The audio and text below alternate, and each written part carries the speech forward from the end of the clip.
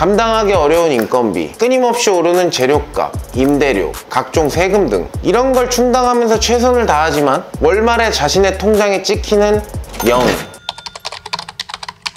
20세기 초에 독일에서 시작된 바우하우스라는 학교이자 어떤 정신이 있습니다. 여기에 영감을 받은 브랜드는 애플, 테슬라, 구글 같은 이런 굵직굵직한 세계적인 기업들이 있어요. 이 바우하우스 정신은 형태는 기능을 따른다라는 개념이거든요. 이게 뭔 말이냐면 디자인의 모든 요소는 기능에 의해 결정된다라는 거예요. 불필요한 장식이나 꾸밈 없이 딱 떨어지는 게 예술이다, 이렇게 말하는 개념이죠. 그래서 이런 정신을 우린 모티브로 삼아서 음식, 공간, 서비스, 가격 이런 거에 밸런스를 맞추자는 의미에서 회사 이름을 밸런스하우스라고 지었습니다. 그래서 스키당은 합리적인 가격에 고품질의 음식, 수준 높은 공간에서 손님들이 특별한 경험을 할 수 있게 하자라는 나름의 철학을 가지고 있어요. 제가 고급 음식점들을 순회하면서 느낀 점은 굳이 이렇게까지 음식을 비싸게 팔아야 하나? 이런 생각에서 사업이 시작됐거든요. 더 합리적인 가격으로 팔아서 절대적인 객수를 늘리고 멋진 공간과 서비스 그리고 음식을 박리담회 형식으로 팔면 되지 않을까? 라는 거에서 초안했습니다. 근데 해보니까 왜 고급 음식점들이 비싸게 파는지 아는 거는 한 달도 걸리지 않았습니다. 일단 공간을 멋지게 뺀다 그러면 관리할 게 한두 가지가 아닙니다. 엄청난 세심함이 필요해요. 사장인 저의 손이 안 들어가는 곳이 한 군데도 없어요. 일단 저희 매장에 있는 모든 오브제들과 조명들이 전부 구하기가 어렵고 하나가 망가지거나 깨진다 그러면 이게 돈이 엄청나게 들어갑니다. 전등들도 전부 다 저희는 크로아티아 빈티지산 조명이거든요. 그러니까 똑같은 게 있을 수가 없죠. 그리고 분위기에서 조명이 생명이기 때문에 LED 등이 아닌 백열등을 사용하고 있고요. 이 백열등은 더럽게 필라멘트가 빨리 나가서 계속 갈아줘야 됩니다. 그릇은 멜라닌이 아닌 사기 그릇을 사용하고 있어요. 멜라닌 그릇이 젓가락하고 부딪힐 때 나는 소리보다 이 사기 그릇이 젓가락하고 부딪힐 때 나는 느낌이 훨씬 더 고급스럽거든요. 그 얘기는 하루에 한두 개씩 그릇이 깨진다는 얘기예요. 주방 쪽에서 와장창 소리가 날 때면 또 8,000원, 만원 날아가는구나 이런 생각하죠. 앞접시라도 깨지면 다행인데 튀김 접시 같은 거 깨졌다 그러면 아르바이트생들 하루 일당 날아가는 겁니다. 현재 제 상황을 성공이냐 실패냐 이렇게 이분법적으로 말하기는 어려울 것 같습니다. 온라인에서의 명성도와 충성도 그리고 단골 고객들을 확보한 측면에서는 성공이라고 말할 수 있을 것 같은데 높은 원가 비율, 인건비 이런 것들 자금 압박을 받고 있기 때문에 효율적인 재무 구조 세팅을 했냐?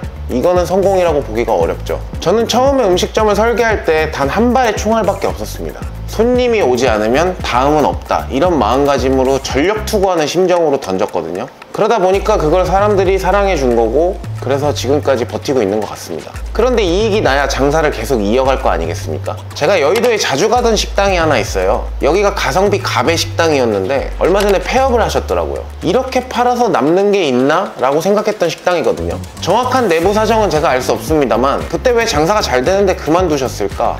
사장님이 어디 아프신가? 이렇게 단순하게 생각했었죠. 근데 지금 생각해보면 아마 저와 비슷한 고민을 가지고 있지 않았을까 생각합니다. 그분 굉장히 젊으신 사장님이었거든요. 감당하기 어려운 인건비, 끊임없이 오르는 재료값, 임대료, 각종 세금 등 이런 걸 충당하면서 최선을 다하지만 월말에 자신의 통장에 찍히는 0이라는 숫자, 그 허탈함, 그 허무감은 경험해보지 않는 사람은 알 수가 없을 겁니다. 비즈니스에는 보이지 않는 선이라는 게 존재하거든요. 고객이 원하는 수준의 서비스, 공간, 그리고 음식, 거기에 합리적인 가격, 이 선을 넘어야 장사를 성공적으로 이끌어갈 수 있게 되는 겁니다. 그런데 이 선을 너무 높이 넘어가 버리면 손님은 기뻐하시겠지만 장사하는 사람은 남는 게 없을 거고요. 이 선을 미치지 못한다고 하면 파리만 날리는 수순을 밟게 되겠죠. 이 선이라는 거는 정확하게 정형화, 수치화할 수는 없어요. 이게 복합적인 부분이라서 정답도 없죠. 그렇기 때문에 사장인 여러분들은 여러분들 매장만에 보이지 않는 선을 찾으셔야 됩니다.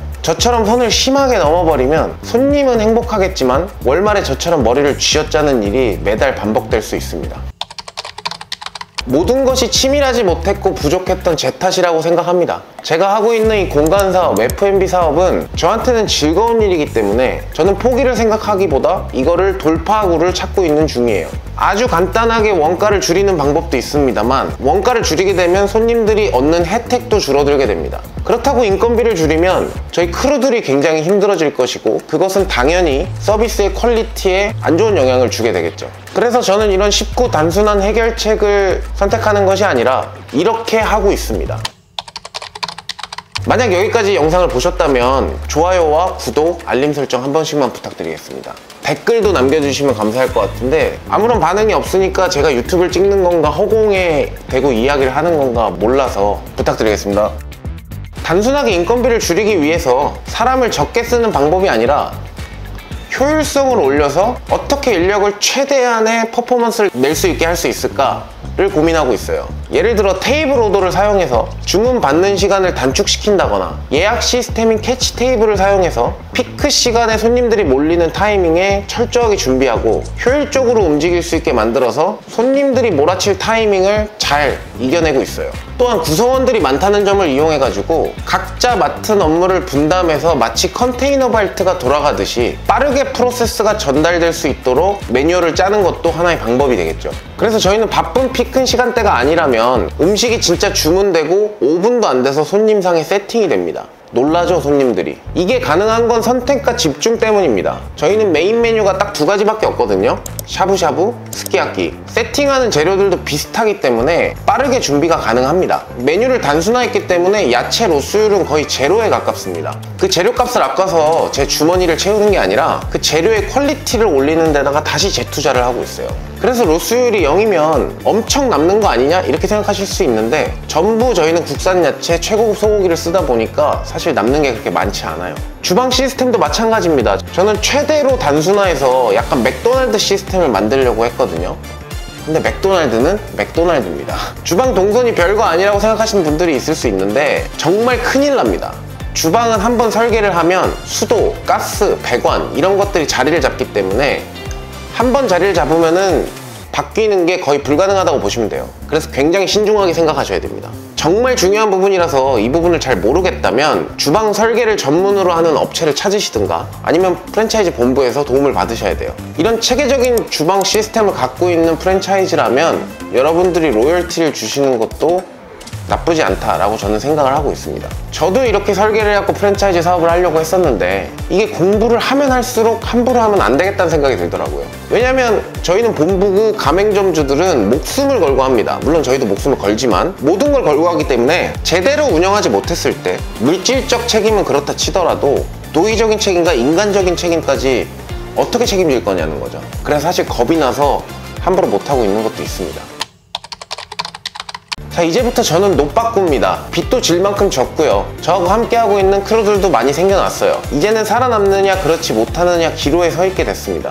현재 저는 고난과 인고의 시간을 보내고 있지만 누가 그러더라고요. 성공과 성취는 고난 뒤에 따라온다고. 큰 성공일수록 더 큰 고통이 그 앞을 지키고 있을 것이라고. 저는 어느 날 사장이 된 김수환이었습니다. 좋아요, 구독, 알람 설정 부탁드리겠습니다. 감사합니다.